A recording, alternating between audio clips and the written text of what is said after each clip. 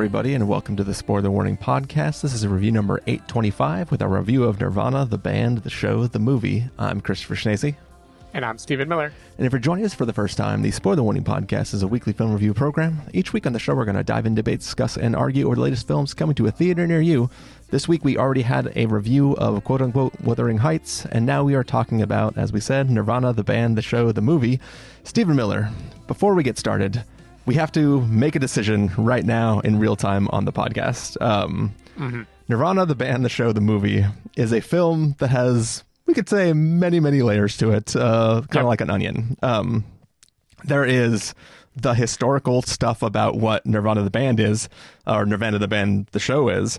Sure. Then there is so the overall story of Nirvana the band, the show. Then there is the plot or story of what the film is, what it's trying to do. Then there is the meta textual layer of what the film is trying to do. The trailer for this film goes right into the actual full-on plot of what this film is trying to do. I see. Not necessarily fully into the meta level of what it's trying to do. It hints a little at the meta level of what it's trying to do. But like the trailer, when we play it, if we play the trailer at all, it gives away the plot of this film. Okay. We can talk about it in the kind of high level about what Nirvana the band, the show is more generally. But if we play this trailer, it at least goes into the main plot of what this film is bringing.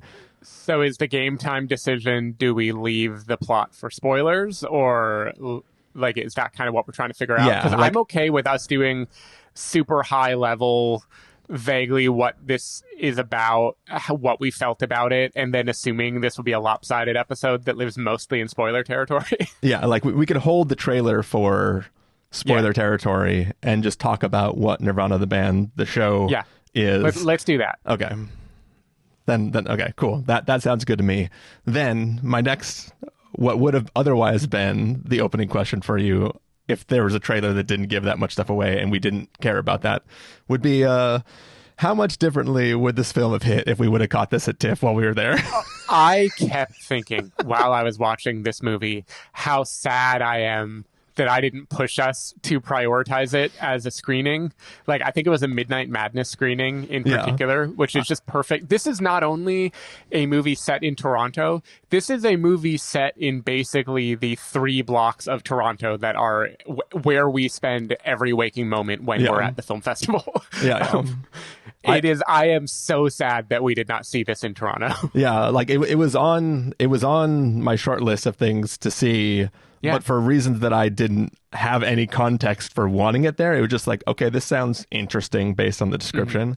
But yeah, I did not realize how contextually relevant it might have been to me to see, and then also to our presence around the Toronto area.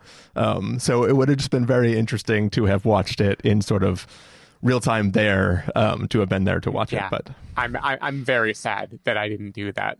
I mean, part of it is like you and I actually learned about Matt Johnson at TIFF a couple of years prior when we saw Matt and Mara. I think was the name of it, and he acted in that. It was his friend's kind of mumblecore movie, but like we got the sense of his vibe, and I think we started to learn that there is this scene in Toronto of filmmakers that are working on a shoestring budget, and it kind of opened up the idea of this for us. But still, the only reason Nirvana, the band, the show, the movie caught my eye when I was looking at TIFF screenings is because I recognized him. But then the fact that it seemed to be based around a web series that I had not watched made me be like, okay, well, this is going to require homework, right? This isn't for me. And I didn't really think any further than that, which is a shame, because if we can like kind of dive into I don't know about you, I have not seen a second of the web series, except for, I assume, clips that made their way into the movie. I went into this movie knowing absolutely nothing about it, except for just people said it was funny and it was worth watching. And I think this movie is incredibly funny and does not require any of that context. In fact, it maybe is better if you don't have that context because you just get thrown into the deep end and have to figure out in real time not only what you are watching, but how what you are watching is fucking with or remixing an entire lore that you also have not seen before. And I don't know if we're diving into a review by saying this, but I thought this movie was a goddamn delight. And I deeply regret that we couldn't have had that delight in Toronto in a boisterous crowd of people laughing at all the, I'm sure, local jokes that you and I wouldn't have picked up on. I have to assume that most of the people that would have been in that screening would have been also screaming, but would have been people who were there knowingly being there instead of people who were just like, oh, that sounds interesting. I had read the description, and the description would have given me information that would be in the trailer if we played it, but not, the description doesn't tell you the meta level that the description gives you, right? That, like, so it wouldn't tell me what I know now in that same way. So like when I sat down to watch it, I knew partly where it was going, but not how it was going there, and that the level to which it was going there. We should get into a review. Okay. So we can start by explaining what the context is of what Nirvana, the band, the show is, which is essentially two best friends have a fictional band, which is two people that do improvised piano and improvised singing. And they are two people who have never actually played a show at the Rivoli, but they are trying to come up with schemes to get a concert there. They do not have a gig scheduled there, but they figure out, or they are planning to come up with a series of schemes that could potentially get them a gig there retroactively. So if they get enough people to show up for a gig they don't have, they would have to be allowed to do the performance because they brought all these people to this one venue that they happen to like.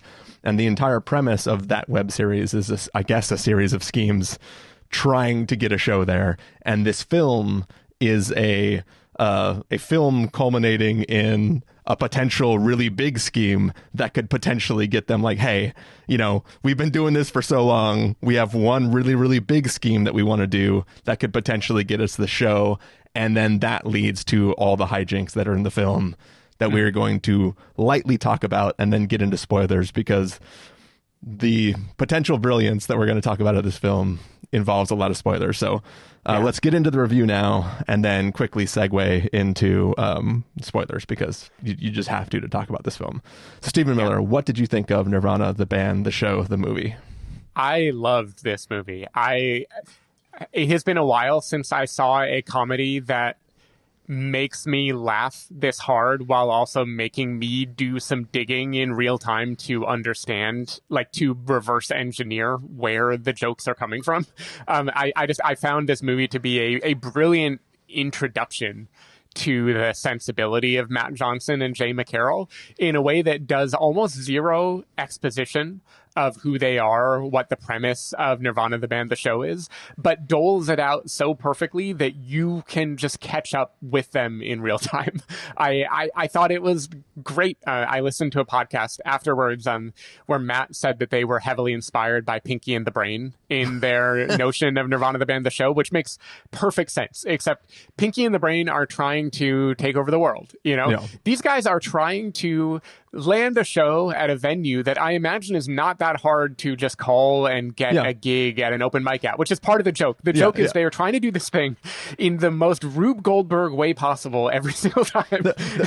The best, to me, the best part of not the film, but like the idea of just Nirvana, the band, the show in general, is that in the course of this film, one of the characters books an open mic night at a different venue, and it's like, you could just do that here. I know, like we've walked by the Rivoli plenty of times before. It's not like, the House of Blues. Like, it's not like, it's a thing where you presumably think lots of local acts play there. And that's part of what makes it so funny. And like, so we take that of this like Dumb and Dumber type thing of these two guys who like are clearly not the best at finding the practical solution to their problem. Yeah. But it infuses it with this meta element of, they're playing versions of themselves, obviously cartoonish versions, but they share the same name and everything. You get the idea that they are having so much fun with how complicated their plans are. Like their plans are an avenue for friends getting to hang out with each other. And it's like a joke the two characters have decided to share together too, which is like, every day we're going to do this and we're going to one up every plan with an even crazier plan the next day and the next day and the next day. And this movie like implicates us in that fun of an inside joke that you're having with a friend in a way that I felt immediately. And there is so much in this movie that you can tell is improvised in two different ways. One is there's a lot of man on the street content where you can just tell so much of this is unwitting participants being put in a movie that they don't know is a movie, Eric Andre style or Borat style, in a way that I am still so curious how they did certain things and where the lines are between scripted and unscripted. There's a conversation in a hardware store that amazing. And then we'll talk in spoilers about that one and the one in a security line, which are both 100% real. I'm certain of. Yeah. But then even when it's just Matt and Jay, too, doing scenes together, you can feel that they are just trying to make each other laugh. Like there is the deepest laugh I got in this movie came from a conversation between the two of them trying to work out a plan, and Matt goes on a tangent about how it feels like they're Bill Cosby rapping the ABCs, and they start just like inventing this thing as just a total non sequitur side joke that is distracting them from the thing they're trying to do. But I'm just like, yes, this is such a great introduction to me to how it feels to have been listening to people for years and be just big fans of their banter, but they get you there in like 90 minutes. And I just found that deeply, deeply, deeply impressive. And then pile on top the thing we're going to talk about in spoilers, the whole conceit of this movie, I think is so brilliantly executed and has so many great gags in there about cultural changes and things like that. Like I was just eating this movie up from beginning to end. I love this movie so much. How did you feel? One of the funniest jokes is I can't even say it. We'll do it in spoilers. We're not there yet. I thought this film was brilliant.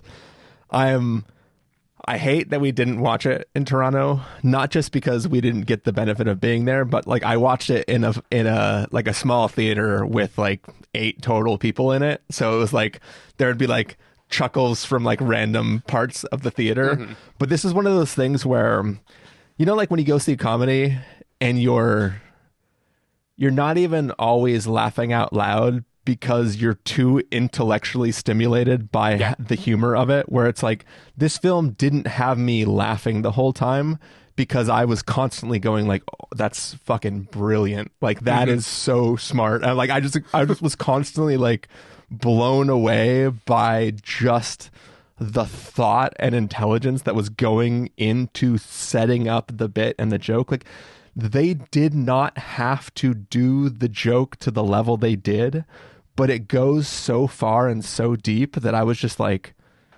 this is brilliant. Like this is like where you took the riff so far, so much further than you had to do. And it's one of those things too, where like, we talked about how this is like the culmination of like a web series, but this wasn't just like, hey, we haven't done the web series for a while, let's make a movie now. This is like a fucking full budget movie version that finishes off the series, where it's I still assume the budget is very low.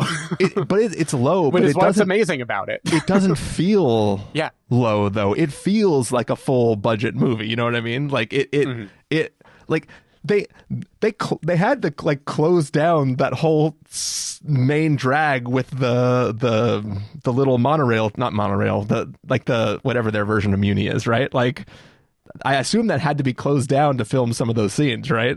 I don't actually know. I'm so curious, and they've stayed very tight-lipped in terms of how they did certain things. I guess they could have filmed some of that stuff at like 3 a.m. Well, like or what something. I will tell you, in interviews with Matt, I believe he said the only people who are actors in this movie are people who you know from the web series.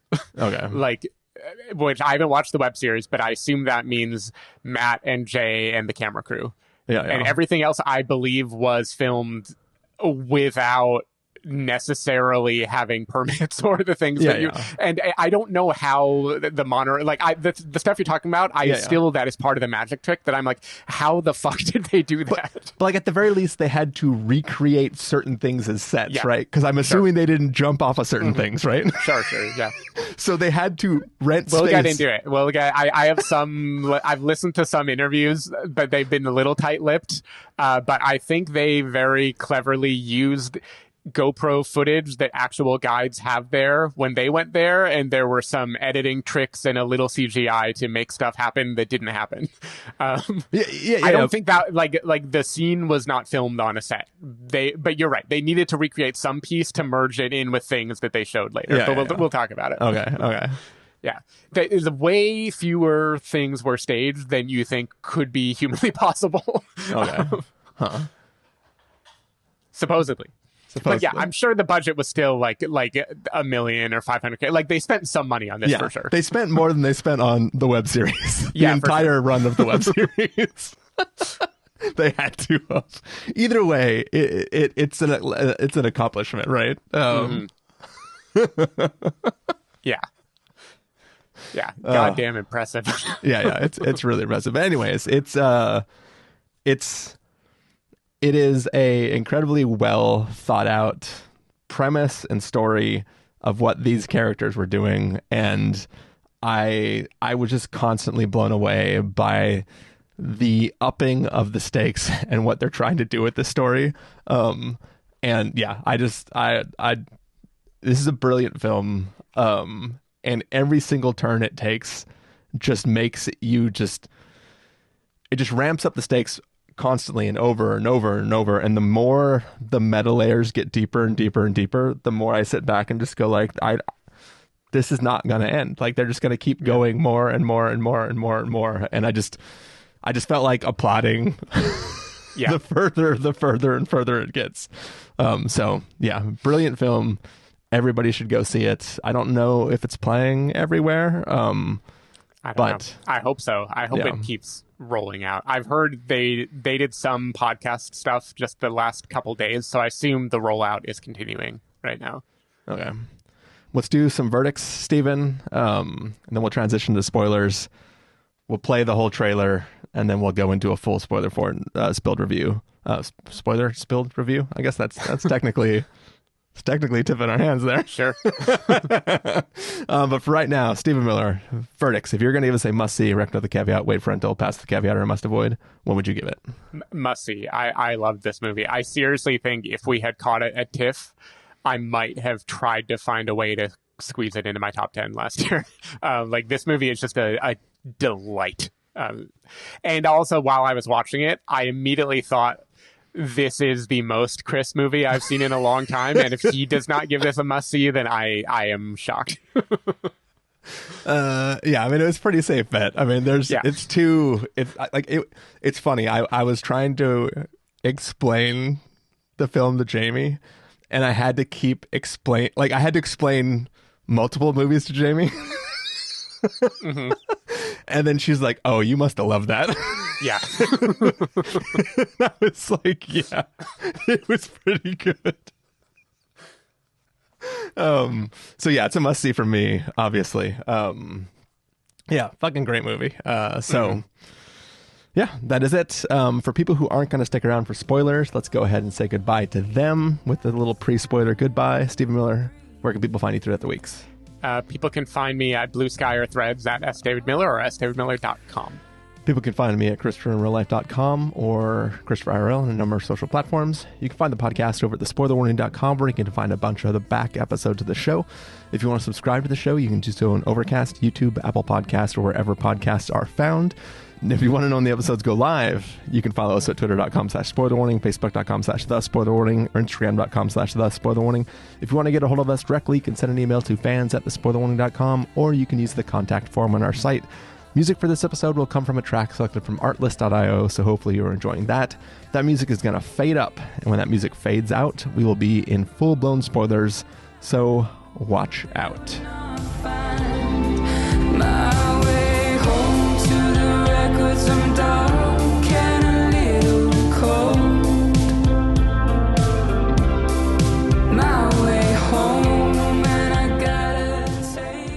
All right, we are back. This is full-blown spoilers for Nirvana, the band, the show, the movie.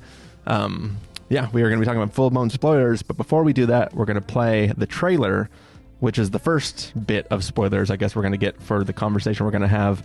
But it's going to be our entry point into the conversation we're going to have. So we're going to play it just for funsies because we didn't get to play it in the beginning of the episode. So we're going to do that now and then come back and just have a full-blown spoiler conversation here for everybody. Let's do that now. Watch out! Watch out!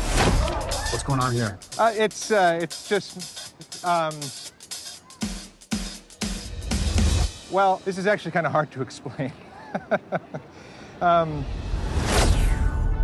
Time machine plan.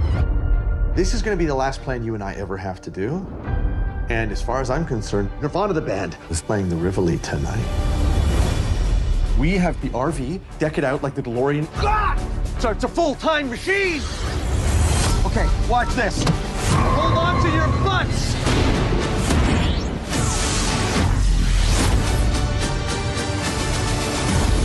The time machine worked, and we are in 2008. Oh my God. Matt, it's 2008. I told you! Now it's a holiday! Real goths. We are trapped. How can we use this to get a show at the Rivoli? No, that's secondary now. This could have insane ramifications. Oh, Richard. You really f***ed us up. I did not do anything. I see. You're like, work's done for the day. We've done too much. It's time to play. I'm like Teen Wolf. A little bit, right? Now it's a holiday! No, no! Come check us out at the Rivoli later. Do you have a show at the Rivoli? We could be playing any day. Right off the bat, they're going to ask for an encore.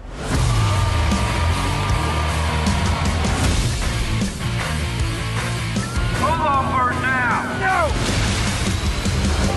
Ladies and gentlemen, you're probably wondering who we are.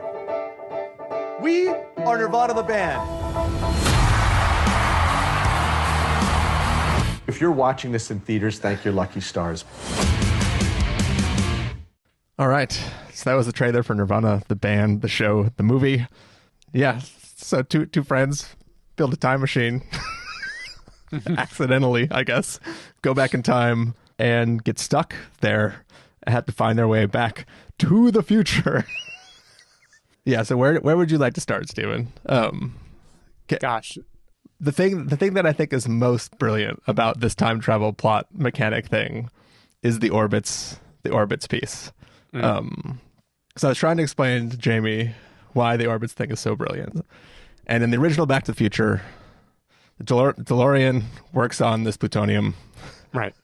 And there's a line Doc Brown has is like, Oh, I'm sure that in 1985, plutonium is available in every corner drugstore, but in 1955, it's a little hard to come by. Right. and just the idea that like, and then, they have to use lightning as the thing to generate the thing. And the idea that orbits, which at some point in time, you could walk into any convenience store and buy it, but isn't available. They just happen to have this case that they had saved and preserved because they're weirdos and they wanted to have it.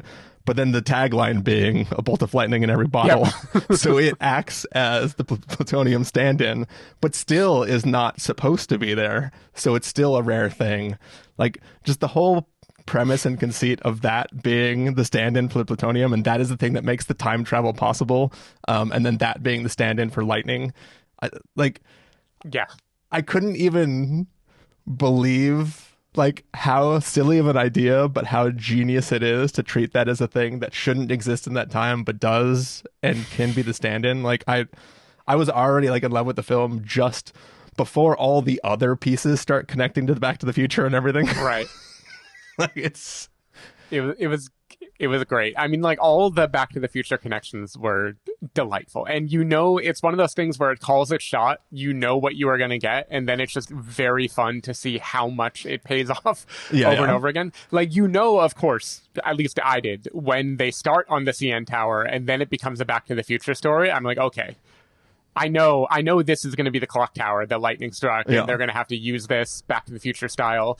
But it is just so delightful to watch it. Even like his outfit, which is just like his style at the beginning of the film, but like at the end, it's like exactly like Doc Brown's outfit. Doc Brown. Yeah, it was great. I really loved the time travel elements. I love the way they realize that they are in 2008. Which is a just escalating jokes, right? It starts with them seeing Bill Cosby is on the cover of some magazine, and then they see an ad for Subway with Jared in it, and then they go into a theater, and I know this came out in 2009, but I'm going to allow them to fudge it a little bit.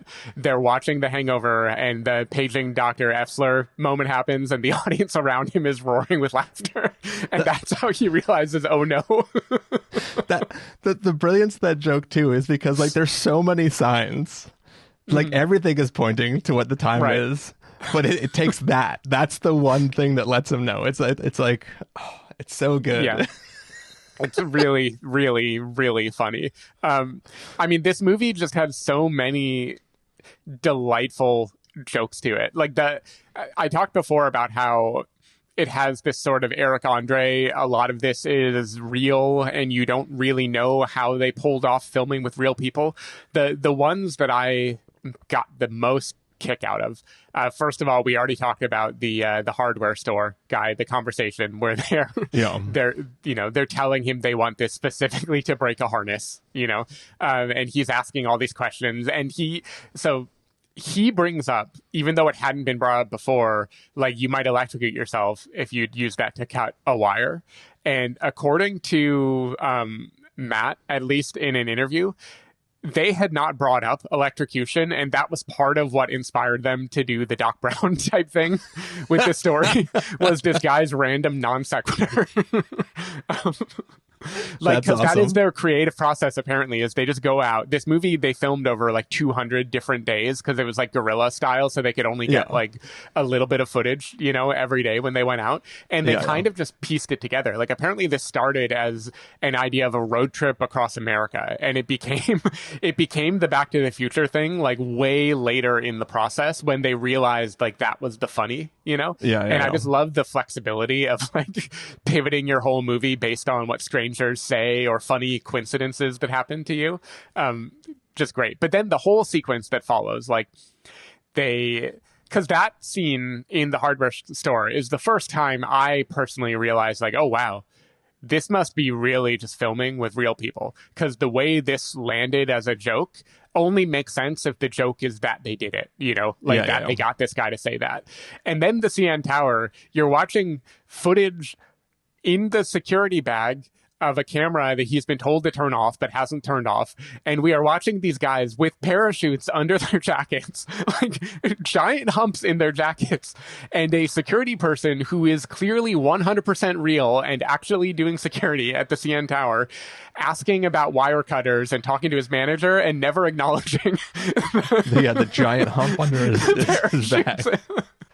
Amazing, just amazing. And then when it like they take flight, there's a moment up there, of course, when they're like cutting their harnesses and leaping and parachuting off the tower that that didn't happen. Of course it didn't happen. Well, of course, but I don't know where it the parachutes are underneath their jacket and underneath their suit, so it's impossible. But yeah, for sure.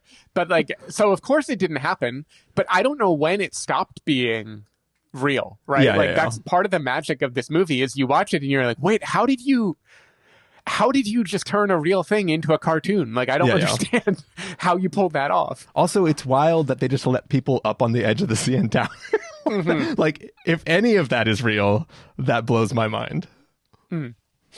So yeah, I don't know. I was very, very, very impressed with all of that. And another bit that, I'm sorry, I'm just going in circles saying my favorite pieces of the movie. the movie settles into a groove once it becomes the alternate future, right? They've gone back to 2008 and then they come back to the present, and like any good Back to the Future type movie, the world has changed. And in this case, Jay is now a big rock star, even though we've only seen him play like the one song that he played for himself in the future. And there was a moment during that area where I was like, okay, what is the movie going to do next? Because it's already put all the cards on the table. Is this just going to be a story about friendship now? I'm still going to give it a must-see just for the audacity of what it did, but like, how are they going to keep the momentum up for the next 20 minutes or something? And then Jay shoots someone in the face. And that was my second moment where I was like, these guys, they know exactly how to pace this to keep surprising an audience member that is antagonistically trying to figure out what they're going to do next. And I was just eating out of the palm of their hand for the rest of the movie. My favorite thing is just the idea that like we used to have a game where we would shoot each other with plastic pellets. So obviously some random person on a tour would know this and would just put a gun in my trailer so that I could shoot someone is the funniest like understanding that somebody would just have. It's amazing. I also have to say I got just a lot of joy out of the local Toronto things. Not that I know that much. Like even everything takes place basically on Queen and Spadina, which is like right where we have stayed many times, in Toronto. When Jay is a famous musician, he is being interviewed by one of the guys who's like the duo that we saw in the pre-roll for TIFF of those, like, they're the podcasters who have that rapport. And you and I were like, I don't know who they are, but clearly they're local somethings because like we're supposed to get a kick just out of watching them. The CN Tower playing such a pivotal role. The cable car is playing such a pivotal role. Just all of it gave me so much joy watching this movie. Yeah. It was pretty great.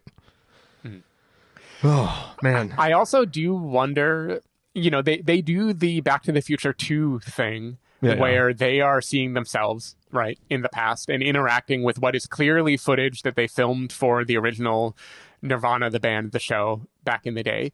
And I don't know how they pulled off some of that. I'm confused how they did it because they have what is clearly old them, and I don't think it is like de-aged them. I think it is actually old them taking shots from 2008, 2009, and they are merging it with shots of their modern day selves. Well, remember, so there's the moments that are obviously separate, sure, and then they're filmed with modern day cameras, and then they have actors. But they usually have like their face covered or something, right? Like there's things like that. But then there's the moment where they're like, hey, we need to blend in. You need camera crew. You need to use these old cameras.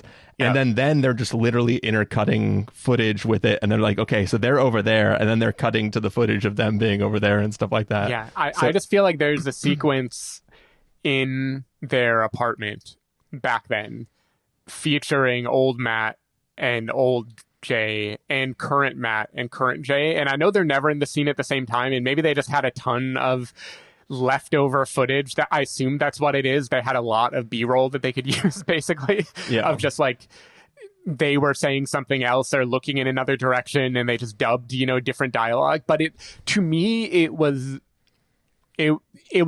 I don't want to use the word seamless because part of the fun of this movie is they let you see that they're gluing it together, right? But it felt shockingly seamless considering the fact that I assumed they were just like cobbling together everything they had in 2008 and turning it into a conversation. But remember, you only see young, the other...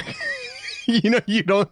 It's there. You're only the older version of the one guy is only. It's not the other. Of course. Yeah. So it's the one that looks the most youngest. Still, is the one that you're interacting with. So I think there's a little bit of your brain is accepting it because you know that it's happening. So it's like and he's supposed to be like kind of waking up for a stupor, so his hair's messed up and he's like in bed and he's in like like when you put somebody in like a when you make them look more disheveled and they're just waking up and like they make a face that's like I'm a child, like it sells it more, right? Like I think there's more I think there's work going on to give you that sort of feeling like you're buying it more because they're just selling it that much to you. All I'm trying to say is they pull it off, basically. Yeah. It's pretty great. All of that stuff, like just like how much they commit to those bits and like the stakes that are going on there and like how much they're willing to play within those space. Like it just, I don't know. Like I know that you said that you've listened to the podcast and stuff and like how much time they spent doing it and just finding what they could do in those edits, but just the story they were able to put and just like the way those two best friends are like fighting with each other and just the idea of like what they could write on a board that could change the thing and just the idea of erasing one word from what was on the board and how that could put things back and stuff and like everything just felt so fully thought out. I know that you're saying that like they found a lot of stuff just in the experimentation, but it feels so pitch perfect, methodical.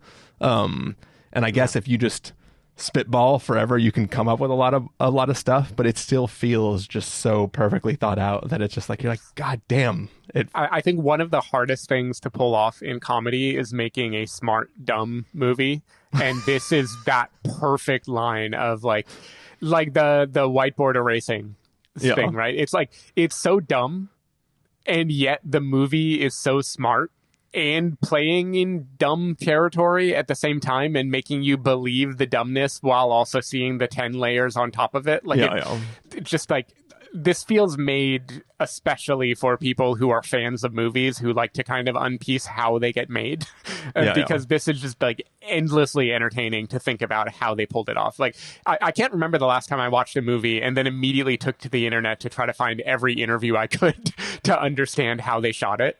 Yeah, I wonder when this will be available to rent. Like if they are doing a slow rollout, it might be a while before it's just available for everybody to like get on, premium VOD or anything. But I also don't know the they talk a lot about copyright infringement in the movie because they do definitely use the Back to the Future score, or at least they tiptoe up to it as close as possible. And I know there are different rules, theatrical versus home distribution. And so I wonder if there's going to be some battles that go on there too for how this gets seen. In the interviews, Matt has said that the version that premiered at South by is different than the version that premiered at Toronto, which is different than the version that premiered in theaters. So apparently they're still like editing and tweaking things based on all that stuff. Interesting. Yeah. So it may be that like you have to go see this in theaters because no one will see this exact movie. The thing that comes out later might be slightly different. Yeah. And that means we do have to forever regret that we will never know what the exact TIFF cut was. Yeah. Damn. Yeah. I wonder if this is like if those walkie-talkies and stuff are like they're like collector's items and stuff from like old Back to the Future, Back to the Future stuff. Wouldn't surprise me. I do like the idea though that like just you are putting together a fake time machine to make a video where you're pretending you're from the future, but it works. Yeah. Again, it's so dumb. Yeah. And yet the movie is so smart. Yeah. I also like the idea too that like they're in they're in Canada, so they didn't know whether it was supposed to be 88 miles per hour or 88 kilometers per hour, but it still sends them to the past when they hit 88 regardless.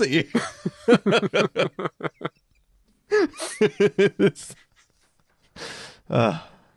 Good times. Good times. Yeah. Everyone should go out and see this movie. I feel so fond of it, and I want it to do really well. Yeah. It's pretty. Like here's the question for you, Stephen.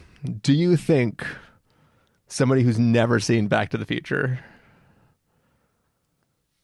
would still appreciate this film? That I don't know. In isolation. I think it would be a much tougher hill to climb. I think the joke of time travel still would be funny to them, But I think the delight in how they line everything up so that when it hits at the end, it is just hitting beat after beat after beat of Back to the Future.